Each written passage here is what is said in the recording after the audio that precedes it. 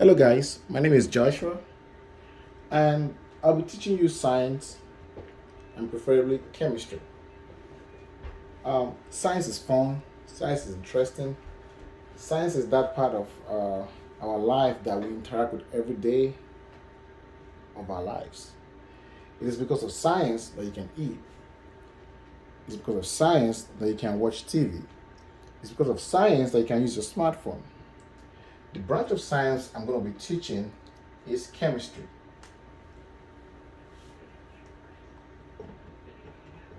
Chemistry.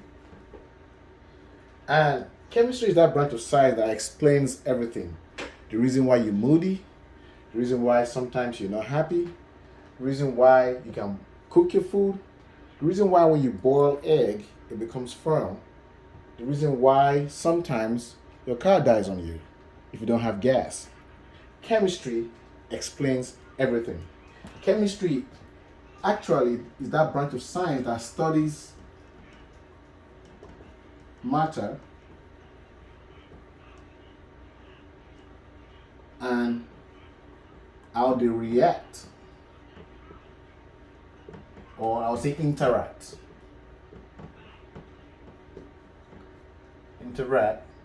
with each other. And we already know that matter is everything in the world. Everything in this world, in the world, contains matter. And what is matter? Anything that has mass and occupy space. So anything you can think of that has mass and occupy space is matter. So think of the air. The air has mass and it occupies space. Think about yourself. Think about anything you can think of that has mass and occupies space. That is chemistry. But chemistry also studies vacuum, how things behave in vacuum. So it's not only matter. So how things behave in vacuum is also studied by chemists. So chemistry is life. Chemistry is everything, from the clothes you wear to the food you eat to the air that you breathe to when you watch a TV. Everything is chemistry. The reason why your eyes can see things is because of the chemical elements, materials in your eyes. The reason why you have LCD, plasma, OLED displays is based on chemistry. These are compounds that emit light, that gives light, so you can actually see things. For example, the school bus. When light falls on the school bus at night, it reflects light back to you, so you can actually see the school bus very well. It is not by error, it is by design. That is chemistry. So I'll be teaching you that chemistry. I'm going to go from atom. For example, you have hydrogen atom, and then we talk about molecules. Molecules, when you combine two hydrogen atoms together, for example, H plus H, you're going to get H2, and H2 now is a molecule, right? So molecules is not just one single element, right? That's a molecule. You have compounds. Compounds, for example, you have sodium chloride, which is salt, or you have sodium hydroxide. For example, salt. You use salt every day. That is chemistry, right? You use that every day. You cannot. Most people can't do without salt. You have to have salt in your food. Sodium hydroxide. For example, your sink in your kitchen is blocked with air or food or matter. Then you buy Drano. You buy Drano, right? Drano is a compound, it's a material you buy from the store, and you pour that in your sink, and then all of a sudden your sink becomes unclogged. Well, Drano contains a lot of sodium hydroxide, which is diluted in liquid form. Or if you buy Thrift, right? Thrift, I think that's what it's called, Thrift. Thrift contains sodium hydroxide in pellets form. That's why sometimes I prefer to use these when I have a blocked sink, because this one is very, very powerful compared to Drano. It might be watered down, it might not work effectively well. But with Thrift, you get your Thrift, pour it to your sink, boil some hot water, pour it on there. You're going to hear it sizzle right away. That is sodium hydroxide, right?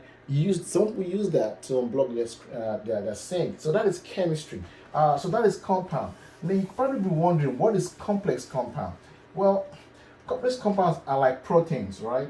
They are also compound, but they're very, very complex. You have proteins. You also have enzymes, right? You have enzymes. You have things like what's that thing called now? You have, for example, you have your DNA. A DNA is actually a complex compound. Then some of things that you want to mess with, just like that. They are very, very, very specific on what to do. For example, some people might be allergic to some things because they lack a protein in their system, or the protein in the system is not working fine, working good. Some people, for example, can be allergic to peanuts.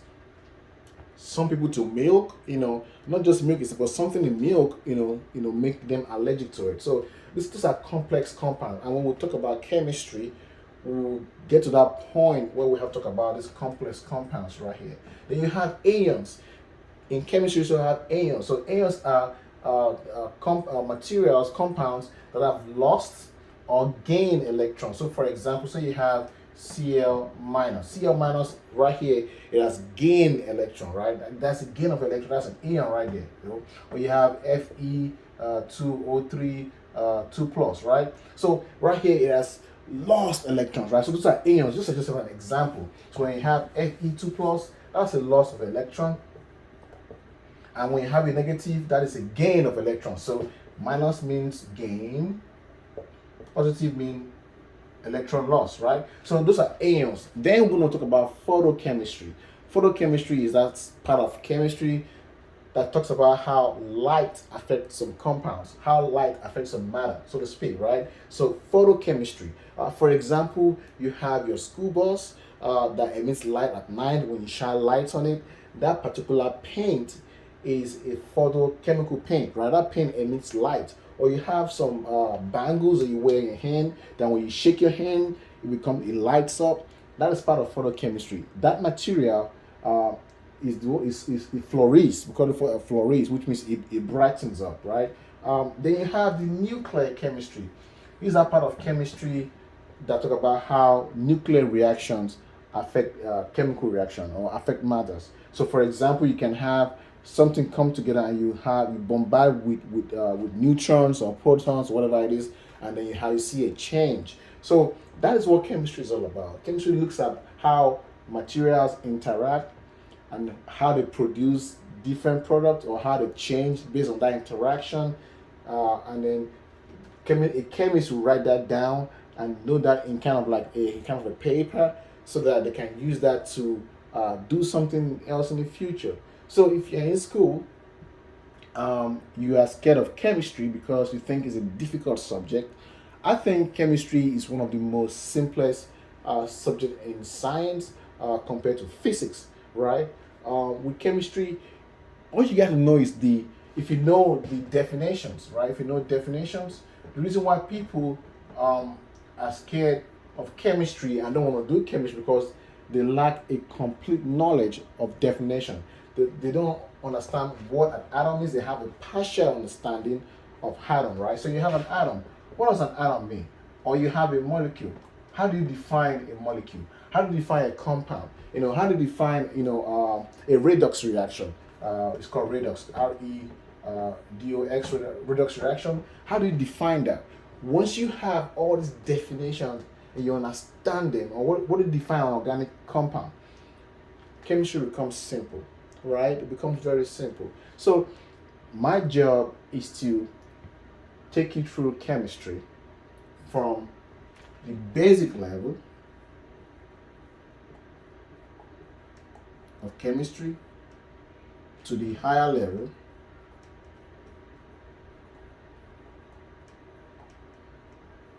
of chemistry. And while I do that, for each subject that I teach, I'll give you real life example that you can look at and say, what? I didn't know that is chemistry. I did not know that is chemistry. Chemistry is fun. Science is fun when you can actually visualize it. Science is fun when you can think about it, visualize it. See it for yourself.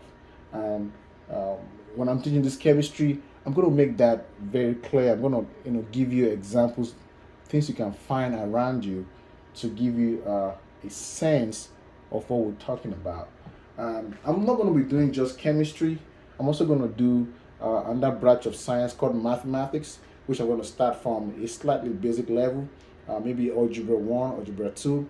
So if you have something in mind that you want me to cover while I'm going through this chemistry, or explain very well, just drop down in the comment section. Then I'll put that in my notes, so that when I start the chemistry class, then I'll be able to cover that area very well, explain it very well, and hopefully you will learn more about chemistry. Again, thank you. Subscribe to the channel if you're not already subscribed, so you can get notified when I drop a new video. And also click on the bell button and select all. That way all my notification gets to you. And also like the video and share with your friends, so they can also understand chemistry. We're going to be doing chemistry. I'm going to start from the basic level, and I'll explain everything to you as simple as I can. Thank you for watching. Catch you in the next video.